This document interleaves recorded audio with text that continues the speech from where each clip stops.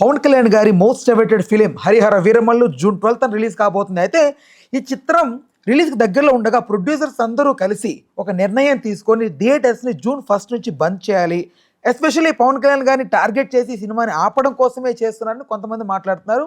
ఇంకొంతమంది దీని వెనక రాజకీయ నేతలు, సినిమా పెద్దలు, ఇండస్ట్రీలో కొంతమంది ఒక వర్గపు తాలూకు మనుషులు వీరందరూ కలిసి దీన్ని కుట్రపూరితంగా చేస్తున్నారని ఇంకొంతమంది వాదిస్తారు. ఓవరాల్గా ఈ అంశానికి సంబంధించి అసలు ఏం జరుగుతుంది, నిజంగా ఇది ఇష్యూ అయినా లేకపోతే సినిమా ప్రమోషన్ అనే అంశం గురించి సినీ మరియు రాజకీయ విశ్లేషకులు దాస్ విజ్ఞాన్ గారు ఉన్నారు. ఆయన అడిగి తెలుసుకుందాం. నమస్తే. ఈ సినిమాని ఇంకొక వేలో కూడా చూస్తున్నారు కొంతమంది, ఇది ఒక ప్రమోషనల్ స్టంట్ అని కొంతమంది అంటారు. లేదు నిజంగా ఒక వర్గం ఇలా డిసైడ్ అయ్యి కావాలని చేస్తుంది, దీని వెనక రాజకీయ హస్తం ఉందంటారు. రకరకాల స్పెక్యులేషన్స్తో మాట్లాడుతూ ఉన్నారు. ఏది నిజం, ఏది అబద్ధం? అసలు ఇది ఎక్కడ స్టార్ట్ అయింది? రైట్, వీళ్ళు డెసిషన్ తీసుకొని థియేటర్స్ని బంద్ చేస్తామని చెప్పి. ఎందుకు బంద్ చేద్దాం అనుకున్నారు? వాళ్ళకి ఏదో పర్సంటేజ్ ఇష్యూస్, రెంటల్ ఇష్యూస్ దగ్గర. ఓకే, ఏ పర్సంటేజ్ ఇష్యూ దగ్గర స్టార్ట్ అయిన గొడవ ఇది. ఇండస్ట్రీకి సంబంధించి ఏ గొడవ వచ్చినా అటు తిప్పి ఇటు తిప్పిది లాస్ట్ పవన్ కళ్యాణ్ గారికి అటాచ్ చేద్దామని చూస్తారు. ఎందుకంటే పవన్ కళ్యాణ్ గారి దగ్గరికి వెళ్తే ఇండస్ట్రీకి సంబంధించిన ఇష్యూ త్వరగా సాల్వ్ అవుతుందేమో అన్న వాళ్ళ ఆశ. ఆ అత్యాశకి పోయి ఆయన్ని ఇందులో భాగం చేసేలాగా ఏదో రకంగా లాగుతూ ఉంటారు, అది తెలిసిన విషయమే. సరే, ఇప్పుడు అసలు వీళ్ళకి వచ్చిన ఇష్యూ ప్రాబ్లం ఏంటో చూసుకుందాం. ఇప్పుడు ఇందిరా సినిమా అనుకో, నీకు నీకు నాకు నీకు నీకు నాకు అని పంచుకోవడానికి వాళ్ళ దగ్గర మూట్ ఉంది, ఓకేనా? ఇప్పుడు ఇక్కడ వీళ్ళు పర్సంటేజ్లు వేసుకుంటున్నారు, డిస్ట్రిబ్యూటర్లు ఎగ్జిబ్యూటర్లు. 70 పడదు 60 అబ్బాయి అసలు కుదరదు, 50 మాకు అసలు కూడదు, సరే 25 ఇస్తా, ఓకేనా కాదా? లేదు ఇంత ఇస్తాం అంత ఇస్తాం, కుదరదు నేను థియేటర్లు బంద్ చేస్తా. అక్కడ దాకా వచ్చింది ఇష్యూ. అసలు థియేటర్కి ఎవడొస్తున్నాడు రా మీరు పంచుకోవడానికి? ఎవడొస్తున్నాడు థియేటర్కి? నేను అదే చెప్తాను, ఇందిరా సినిమాలో నాకు మూట్ ఉంది, వాడు పంచుకున్నాడు నీకు నీకు నాకు నీకు నీకు నాకని. ఇక్కడ నీకు నీకు పంచుకోవడానికి థియేటర్లు నువ్వు అనుకుంటున్నావు మూసేస్తా థియేటర్ అని, ఇప్పుడు కూడా మూసే ఉన్నాయి థియేటర్లు. నువ్వు పేరుకు చెప్పావు ఏమని అంటే, నీ ఉద్దేశం ప్రకారం జూన్ 1 నుంచి తలుపులు వేస్తావేమో అంతే, నువ్వు తెరుచుకున్నా అది మూసే ఉంది, ఎవడు రావట్లే లోపలికి. ఏ పర్సంటేజ్ పంచుకుంటావు? నీకు ప్రేక్షకుడు థియేటర్కి రావాలంటే ఆడేదో విజువల్ వండర్ ఉంటే కానీ నేను రానంటున్నాడు. నువ్వు ఆ విజువల్ వండర్ తీయాలంటే నీకు 300 కోట్లు అవుతున్నాయి. 300 కోట్లు వెనక్కి వేసుకోవాలి అంటే నువ్వేం నమ్ముతున్నావు? ఒక స్టార్ హీరో ఉంటే కానీ కొద్ది గొప్ప చిల్లర రాలవని నమ్మి ఒక స్టార్ హీరోని పెట్టుకుంటున్నావు. ఆ స్టార్ హీరో నీకు డేట్లు 3 ఏళ్ళకోసారి ఇస్తూ ఉన్నాడు, ఓ 3 ఏళ్ళు ఇచ్చాడు అంటే 3 ఏళ్ళకోసారి కానీ ఒక స్టార్ హీరో థియేటర్ రానంటున్నాడు. అలా మనకున్న స్టార్లు లెక్క పెట్టుకుంటే 1/2 డజన్ మహా అయితే. ఈ 1/2 డజన్ మంది 3 నెలలకోసారి ఎవడో ఒకడు వచ్చి థియేటర్లని హడావిడి చేసి వెళ్తూ ఉంటారు. ఆ హడావిడి కూడా 3 రోజులే. నువ్వు మళ్ళీ ఏదో అది పెద్ద పుష్కరాల్లాగా 12 రోజుల్లో, మహాకుంభమేళలాగా 45 రోజుల్లో ఉండదు, వారం ఉండడం ఎక్కువైపోయింది, పెద్ద 3 రోజులు. ఆ 3 రోజుల్లోనే నువ్వు ఇన్ని రోజులు ఈ 3 ఏళ్ళు కష్టపడ్డ సొమ్మునంతా వెనకేసుకోవాలి. దాన్ని అది hit, super hit, bumper hit అనే టాక్ని జనాల్లోకి ఇమిడింపజేసి సంపాదించుకోవాలి. ఇది వ్యవహారం.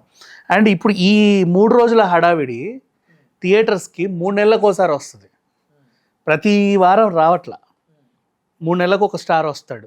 ఇప్పుడు నెక్స్ట్ ఏం సినిమా ఉంది చెప్పు? పెద్దదా? పెద్ద ఫిల్మా? చూడు ఇప్పుడు అడిగాను, పెద్దదా? అదే. నెక్స్ట్ ఏ సినిమా ఉంది? కన్నప్ప. తర్వాత హరిహర వీరమల్లు. అది ఇదే, దీని తర్వాత అదే కదా. నెక్స్ట్ ఏముంది అంటే చూసుకోవాలి. చూడు పరిస్థితి ఎలా ఉంది ఇప్పుడు. ఇదే పరిస్థితి ఒకప్పుడు ఈ డిస్ట్రిబ్యూటర్ ఎగ్జిబ్యూటర్లకి పేపర్ తీస్తే ఈ వారం సినిమాలు అని ఒక 190 ఉండేవి. అందులో లక్ష్మీ గణపతి ఫిలిమ్స్ వాడు హిందీ ఇంగ్లీష్ సినిమాలను డబ్బింగ్ చేసి 10 వదిలేవాడు. మన షకీలా సినిమాలు కూడా అటు ఇటు కాకుండా 3-4 ఉండేవి. బి గ్రేడ్ సినిమాలు కూడా ఉండేవి, అవి కూడా 4 థియేటర్లలో ఉండేవి తెలుసా. 4 థియేటర్లు అక్కడ బొమ్మ కాడ ఏదో పర్వం, పెద్దాపురం, పెద్ద పాప, చిన్నాపురం, చిన్న పాప అనే పిచ్చి పిచ్చి టైటిల్స్ ఉంటాయా, దానికి కూడా ఒక 1/2 డజన్ థియేటర్లు ఉంటాయి. దానికి కూడా జనాలు వెళ్తారు. నెక్స్ట్ హారర్ సినిమాలను, ఇంగ్లీష్ డబ్బింగ్, హిందీ డబ్బింగ్ అనో, మళ్ళీ పెద్ద పెద్ద స్టార్ సినిమాలు, ఫ్యామిలీ సినిమాలు అవన్నీ మొత్తం ఒక వార్తా పేపర్ కానీ ఒక ఆంధ్రజ్యోతి తీస్తే ఇటు అటు మొత్తం థియేటర్లు. సినిమా పేజ్ ఓపెన్ చేస్తే 100 డబ్బాలు. విజయవంతమైన 2వ వారం, 3వ వారం, 4వ వారం, ఆ రోజు ఈ రోజు, నేడే విడుదల, మొన్న విడుదల, ఇప్పుడు విడుదల చేయాలా వద్దా, ఇన్ని పోస్టర్లు. ఇది సినిమా కలకల్లాడేది. అప్పుడు వాడు మాట్లాడుకునేవాడు, రోజు థియేటర్లో ఏదో ఒకటి నడిచేది. సరే ఈ సినిమా ఆడట్లేదా, పోయిన వారం రిలీజ్ అయిన సినిమాని మళ్ళీ వేసుకుంటాడు, మళ్ళీ జనాలు వస్తారు. లేదా ఇంకోటి వేసుకుంటాడు. అట్లా ఇన్ని రీళ్లు ఉండేవి వాళ్ళ దగ్గర, సినిమాలు ఆడేవి, జనాలు వచ్చేవాళ్ళు, చిల్లర వచ్చేవి, కనీసం అట్లీస్ట్ ఏసీ ఖర్చులన్నీ వచ్చేవి, మిగతా ఊడ్చే ఖర్చులన్నీ వచ్చేవి, హౌస్ఫుల్ ఉండేవి. అప్పుడు వీళ్ళు షేర్లు, నాకు పడట్లేదు, నువ్వు ఎంత ఇస్తావు. అసలు జనాలే థియేటర్కి రావట్లా. ఎప్పుడు థియేటర్కి వెళ్తున్నావురా అంటే ఎవడు వెళ్ళట్లా. నెక్స్ట్ ఇప్పుడు రిలీజ్ అయిన సినిమా 3వ వారానికి ఓటీటీకి వస్తుంది, మహా అయితే 3వ వారం, లేదంటే 4వ వారం ఓటీటీకి వస్తుంది. అంటే దాని లైఫ్ లేదు. థియేటర్లో అసలు సినిమాలే ఆడట్లా. ఎంత పెద్ద కామెడీ అంటే వీళ్ళందరూ కూర్చొని జుట్టు పీక్కొని మొన్నటి నుంచి కొట్లాడుకుంటున్నారు, నాకు షేర్ కావాలి లేదా థియేటర్లో మూసుకోండి. అంటే ఒక 4 వ్యక్తులేమో అటు, 4 వ్యక్తులేమో ఇటు అన్నట్టుగా. ఇప్పుడు ఇది కాస్త వెళ్ళి ఏం చేశారు, ఆ 4కి అంటగట్టారు. ఆ నలుగురు అని అల్లు అరవింద్ మొహాలు వేస్తున్నారు. అల్లు అరవింద్కి థియేటర్లు ఎక్కడ ఉన్నాయి? హైదరాబాద్లో AAA థియేటర్ ఒకటే ఉంది. తెలంగాణ లేవు ఆయనకి థియేటర్లు, ఓన్లీ ఆంధ్ర. అది కూడా వాళ్ళ కొడుకు ముచ్చటపడి కొనుక్కున్నాడు కాబట్టి ఆయనది అయింది అంతే. నెక్స్ట్ ఆంధ్రాలో కూడా ఆయన సొంత థియేటర్లు కాదు, 10 డజన్ థియేటర్లు, ఫ్రెండ్లీ థియేటర్లు. మన సినిమా ఉంది అంటే, అరే మన సినిమా ఉన్నాక ఇంకా వేరే లేదయ్యా, మా సినిమా ఉంది, మేము ఇది అయ్యామని చెప్పుకునే లాంటి థియేటర్లు, అదే కొలాబరేటెడ్, అట్లాంటివి ఉన్నాయి. అంతేగాని ఇప్పుడు ఆ 15 థియేటర్లతో ఈయన గేమ్ చేంజర్ అయిపోతాడా ఇండస్ట్రీలో, 2 తెలుగు రాష్ట్రాల్లో? ఆయనకు అంటగట్టారు. అంటే ఆయన ప్రెస్ మీట్ పెట్టి ఎక్స్ప్లెనేషన్ ఇచ్చుకునేంత ఎందుకు అంటే నాకు సంబంధం లేదు ఇప్పుడు. బికాజ్ అదే చెప్తున్నా, ఎందుకంటే ఆయన ప్రెస్ మీట్ పెట్టింది పవన్ కళ్యాణ్ సినిమాని కావాలని అల్లు అరవింద్ అడ్డుకుంటున్నాడు అని రాసి, ఎక్కడి నుంచి తీశారో తెలుసా? అల్లు అర్జున్ దగ్గర నుంచి. అల్లు అర్జున్ మొన్న చిరంజీవిది గాడ్ ఫాదర్ రిలీజ్ అయినప్పుడు నెక్స్ట్ వీక్ కాంతారా వచ్చింది, అక్కడి నుంచి తీసుకొచ్చారు. చిరంజీవి సినిమా వస్తే వెంటనే నెక్స్ట్ వీక్ వీళ్ళేదో సినిమా వస్తుంది, పవన్ కళ్యాణ్ సినిమా వస్తే నెక్స్ట్ వీక్ అల్లు అరవింద్ గారు ఏదో డబ్బింగ్ సినిమా తీసి రిలీజ్ చేస్తున్నారు, థియేటర్లను ఆక్యుపై చేస్తున్నాడు. మనోళ్ళ సినిమా కొనకుండా వేరే ఏవో సినిమాలు కొంటున్నాడు, ఇంకేదో చేస్తాడు, అది చేస్తాడు. ఆ టాక్ అక్కడి నుంచి లాగి మొన్న అల్లు అర్జున్ ఇష్యూ కూడా అంతే. పవన్ కళ్యాణ్ చెబితేనే, ఏది కొండ సురేఖ గారు అనర్గళంగా చెప్పారు చూడు, సమంతని పంపమన్నారు అన్నట్టుగా ఓపెన్గా, దీన్ని కూడా అలాగే మాట్లాడుతున్నారు. పవన్ కళ్యాణ్ గారు చెబితే రేవంత్ రెడ్డి గారు విని, అవునా ఇతన్ని ఇలా చెయ్యాలా అని చెప్పి అతన్ని ఇబ్బంది పెట్టినట్టు ఏ పిచ్చి కథలన్నీ రాస్తే. ద్వారపూడి చంద్రశేఖర్ అనే ఒక కాకినాడ ఎక్స్ ఎమ్మెల్యే పడవ ఇష్యూ విషయంలో ఆయన హర్ట్ అయ్యి, ఆయన ఇంకేదో చక్రం తిప్పి, ఆ రోజు నేను హర్ట్ అయ్యాను కదా, ఈ రోజు అతను కూడా హర్ట్ అవ్వాలి. ఇలాజికల్ గా ఎక్కడ సంబంధం లేదు. అదే అంటున్నా, ఇప్పుడు కూడా ఈజ్ ఎ పొలిటీషియన్, ఏదో ఎక్స్ సంబంధించి ఏదో వర్క్ ఆయన చేశాడు, ex-MLA ex MP what ever something. ఆయన ఇండస్ట్రీ వర్గంలో దూరి వీళ్ళతో మాట్లాడి వీళ్ళని ఆయన కూడా ఎక్స్ప్లెనేషన్ ఇచ్చాడు, బాబు నాకు సినిమా వాళ్ళు ఎవడో కూడా తెలియదు. నేను అదే అన్న, వీళ్ళు మ్యానిపులేట్ చేసి వీళ్ళకి కోట్లు ఇచ్చేసి వీళ్ళు వెళ్ళి పవన్ కళ్యాణ్ గారితో ద్వేషం పెంచుకుంటారని ఇంత ఇల్లాజికల్ గా ఎలా ఆలోచించగలిగారు థింగ్స్ ఇవన్నీ అంతే. కాబట్టి జనాలు అవి నమ్ముతున్నారు, ఆ వార్తలు అదే పని అంటే సింక్ చేసుకుంటారా లాజిక్ లేక. అల్లు అరవింద్ గారు ఎక్స్ప్లెనేషన్ ఇచ్చుకోవాల్సి వచ్చింది. బాబు మీరు అనుకున్నంత ఏం లేదు, ప్రతిసారి ఆ నలుగురు నా మొహం వేస్తున్నారు. జనాలు నిజంగానే అనుకుంటారు. కరోనా టైం నుంచే నేను థియేటర్స్ అన్ని తీసేసాను, థియేటర్స్ బదులు నేను ఓటీటీ బిజినెస్ని నమ్ముకున్నా. ఆయన పర్ఫెక్ట్ బిజినెస్ మ్యాన్, ఫ్యూచర్లో థియేటర్లకు జనాలు రారు, అందరూ ఓటీటీకే చూస్తారు అని ఆయనకు అప్పుడే అనిపించి థియేటర్ బిజినెస్ నుంచి తప్పుకొని ఓటీటీని నమ్ముకున్నాడు. నెక్స్ట్ స్ట్రైట్ సినిమాల కంటే డబ్బింగ్ సినిమాలు అయితే ఎక్కువ లాభాలు వస్తాయని కూడా నమ్ముకున్నాడు. స్ట్రైట్ సినిమా ఇప్పుడు కాంతారా ఆయన ప్రొడ్యూస్ చేసి తెచ్చుకునే లాభాల కంటే కొన్ని తెచ్చుకునే లాభాలు ఎక్కువ కదా, బెటర్ కదా, హెడ్ఏక్ తక్కువ కదా మరి. సో అట్లా ఏవో బైబ్యాక్ బిజినెస్ లాగా పర్ఫెక్ట్ బిజినెస్ మ్యాన్ లాగా ఈయన ఆలోచించుకుంటే, ఆయన బిజినెస్ ఏదో ఆయన చేసుకుంటుంటే ప్రతిదానికి తీసుకొచ్చి అటు ఇటు కొంతమంది అది ఖచ్చితంగా ఇది కుట్రకోణం అని చెప్పి దీన్ని ప్రొడ్యూసర్స్ వర్సెస్ పవన్ కళ్యాణ్ గారి ఇష్యూ లాగా క్రియేట్ చేస్తే రేపు ఇండస్ట్రీ అంటే ఇప్పుడు రేపు ఇండస్ట్రీకే కదా ప్రాబ్లం అవుతుంది ప్రొడ్యూసర్ మీద. ఇట్లా మీరు హరిహర వీరమల్లు గురించి మాట్లాడుతున్నారు అందరూ కూడా, ఎప్పటి నుంచి థియేటర్లు బంద్? June 1. మరి May 30కి రిలీజ్ అయ్యే భైరవం సంగతి ఏంటి? వాడి వాళ్ళు రిలీజ్ చేస్తే తెల్లారి థియేటర్లు బంద్. అవును కదా, ఇది ఎవడు మిస్ ఆలోచించాడా? Bhairavam May 30 correct. నువ్వు ఈరోజు సినిమా గ్రాండ్ గా రిలీజ్ చేసుకొని తెల్లారేసరికి థియేటర్లని తలాలేస్తే కరెక్ట్ మరి అది ఎట్లా? ఎప్పుడో అసలు వస్తుందో రాదో, ఇన్ని వాయిదాలు పడి అసలు వస్తుందో రాదో నిజంగా అలాంటి సినిమా గురించి మాట్లాడుతున్నారు. కన్నప్పకి ఏమైపోతుందో, హరిహర వీరమల్లుకి ఏమైపోతుందో, రాబోయే విశ్వంబరకి ఏమైపోతుందో, దేవర 2 ఏమవుతుందో, సలార్ 3 ఏమవుతుందో, కేజీఎఫ్ 10 ఏమవుతుందో వద్దు. అసలు నిన్న రిలీజ్ అయిన పరిస్థితి ఇట్స్ ఓకే. ఇందులో దిల్ రాజు గారు ఇన్వాల్వ్ అయ్యి ప్రెస్ మీట్ పెట్టి మాట్లాడతారు. ఎందుకు ఇన్వాల్వ్ అయ్యాడు అంటే దిల్ రాజు భైరవాన్ని డిస్ట్రిబ్యూట్ చేసేది దిల్ రాజు. నిన్న దిల్ రాజు ప్రెస్ మీట్ మీరు చూస్తుంటే వెనకాల భైరవం పోస్టర్ని గమనించండి. ఆయన దాన్ని డిస్ట్రిబ్యూట్ చేసుకుంటున్నాడు. ఎఫ్డీసీ చైర్మన్గా ఉన్నాడు. ఇండస్ట్రీకి ఏదో మంచి చేయాలని ఆయన అనుకుంటున్నాడు. అంటే ఆయన అన్ని సినిమాలకి ఏదో చేయాలి. మరి యాజ్ ఏ డిస్ట్రిబ్యూటర్గా తెల్లారేసరికి థియేటర్లు బంద్ అవుతాయని తెలిస్తే ఆయనకి ఎగ్జిబిటర్ తెలీదా? ఆయన దగ్గర ఇన్ని థియేటర్లు ఉన్నాయి, 1-2 కాదు. మళ్ళీ తెల్లారితే థియేటర్లు బంద్ నోటీస్ కూడా రాదా? ఆ నోటీస్ వచ్చినప్పుడు 30కి సినిమా ఎలా రిలీజ్ చేసుకుంటాడు? ఎలా కొంటాడు హక్కులు? అసలు అంటే జస్ట్ ఇది బెదిరింపు అంతేనా? అంతమించి వీళ్ళు యాక్టివిటీ చేయడానికి రెడీగా ఉన్నారా? ఏమీ లేదు. యాక్చువల్గా వచ్చిన ప్రాబ్లం ఏంటంటే నిజంగానే ఎగ్జిబిటర్స్కి ప్రాబ్లం వచ్చింది.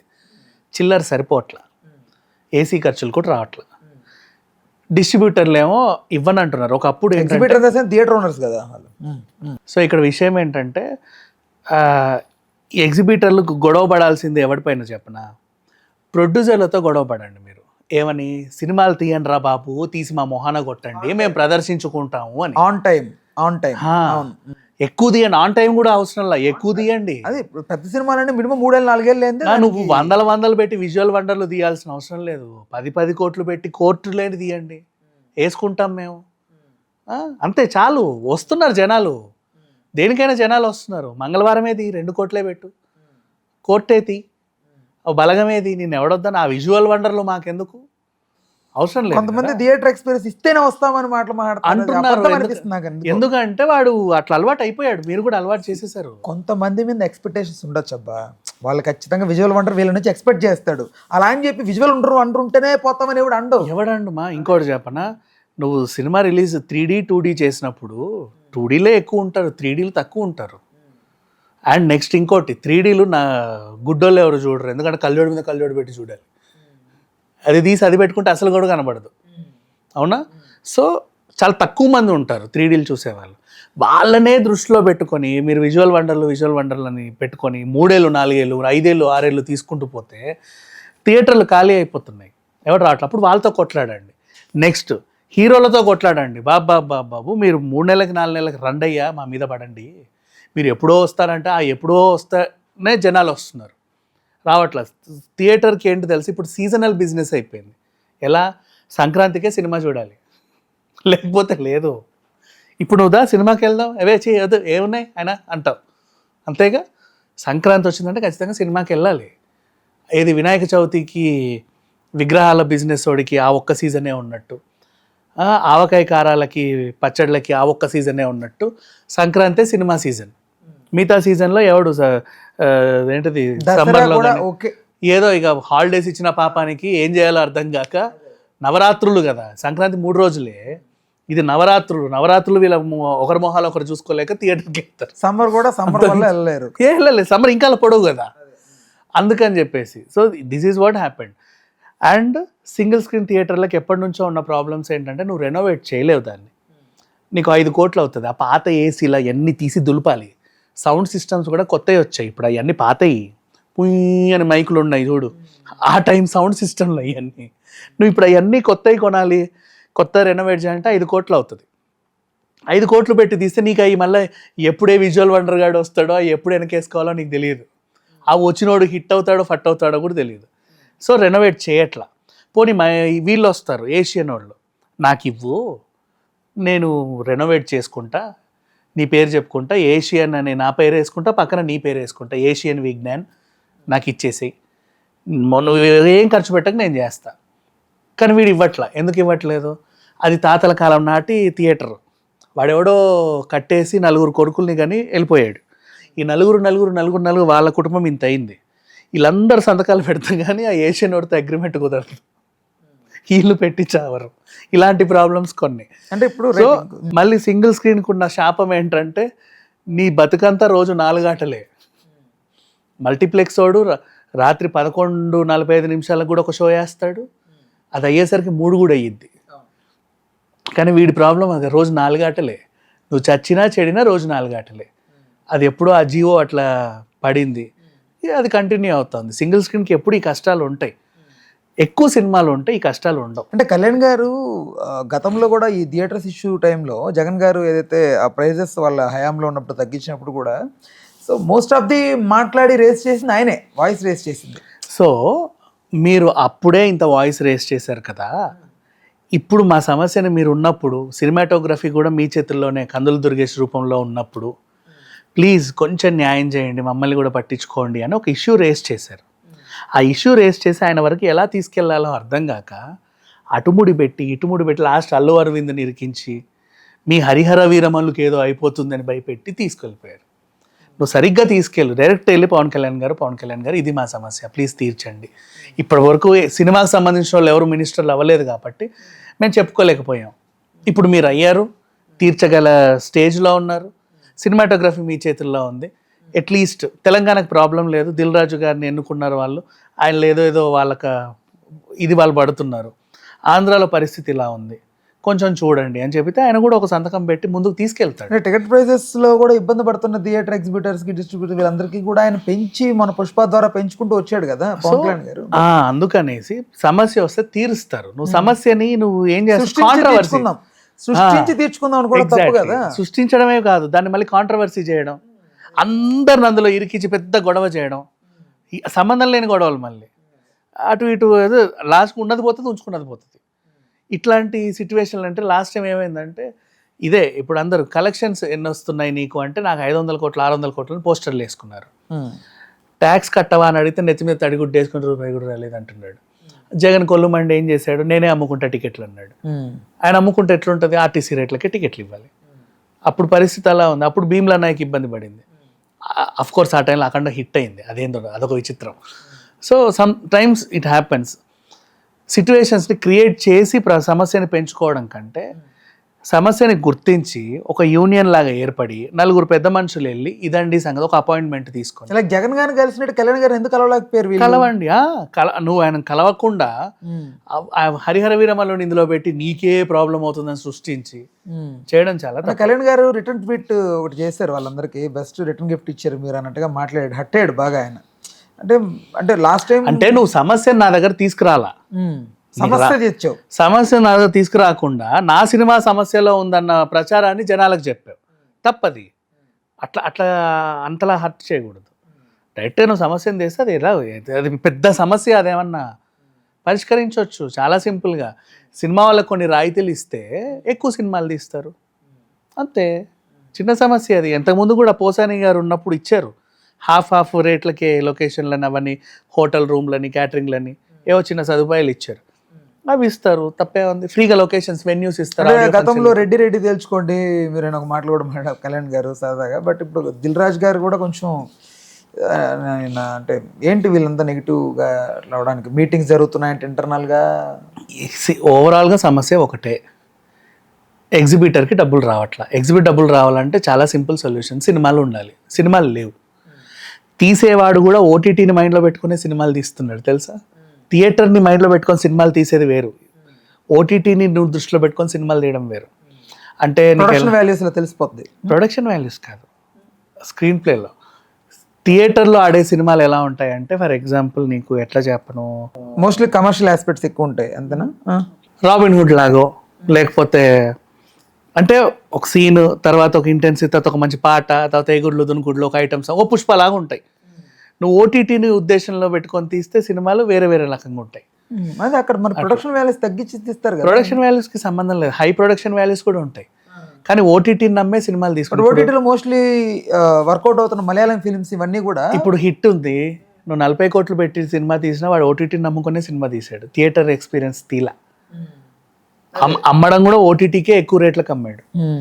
ఇట్లాంటివి కొన్ని ఉంటాయి. చాలా మంది సినిమాలు ఓటీటీని నమ్ముకొని తీస్తున్నారు. నువ్వు అడ్విషేస్ కూడా తీశాడు సినిమాలు, ఇట్లాంటి సస్పెన్స్ థ్రిల్లర్స్ హిట్ లాంటివి, రా గెటప్. కానీ అవేంటి కమర్షియల్. ఇప్పుడు రా వేషాలు వేస్తే ఇది ఉందా, మన వార్ 2, పఠాను, ఈ సినిమాలు ఏవైతే ఉన్నాయో ఇవి ఎంటర్టైన్మెంట్ ఆస్పెక్ట్ కిందకి వస్తుంది. ఇప్పుడు అదే నువ్వు డీసెంట్గా హిట్ లాగా తీస్తే అది ఓటీటీని నమ్ముకొని తీసినట్టు ఉంటుంది. రైట్. ఆ డిఫరెన్స్ తెలిసిపోతుంది కొన్ని. ఇప్పుడు రాఘవేంద్రరావు గారి సినిమాలు అది థియేటర్ సినిమాలు, అవి రాజమౌళి సినిమాలు థియేటర్ సినిమాలు. ఓటీటీ సినిమాలు వేరే ఉంటాయి, ఆ ఫ్లేవర్స్ డిఫరెంట్గా ఉంటాయి. దీన్ని వైసీపీ వాళ్ళు పోక్ చేస్తున్నారు. నువ్వు గతంలో సినిమా వాళ్ళ కోసం ఫైట్ చేసావు, గతంలో నువ్వు సినిమా వాళ్ళ కోసం నిలబడ్డావు, ఇప్పుడు నువ్వెవరివి, సినిమా వాడివి, ఏంటి నీ సిచ్యువేషన్ ఏం బాగలేదు ఇప్పుడు అన్నట్టుగా వెక్కిరిస్తున్నారు. దీని ఏం ఆన్సర్? అది కామన్. ఎప్పుడైనా ఇలాంటివి ఏమన్నా అవుతే అపోజిషన్ వాళ్ళు ఫస్ట్ ఉంటారు కదా ఏదో ఒకటి అనడానికి, అది కామన్. వీళ్ళు చేసినప్పుడు వాళ్ళు అంటారు, వాళ్ళు చేసినప్పుడు వీళ్ళు అంటారు. అవి పట్టించుకోవాలని అవసరం అంటే వాళ్ళు ఎప్పుడు వెతుకుతూ ఉంటాం కదా, ఎదుటోడి తప్పు కనిపించినప్పుడే వాయిస్ రేస్ చేయాలని చెప్పేసి దాన్ని ఏం పట్టించుకోవాల్సి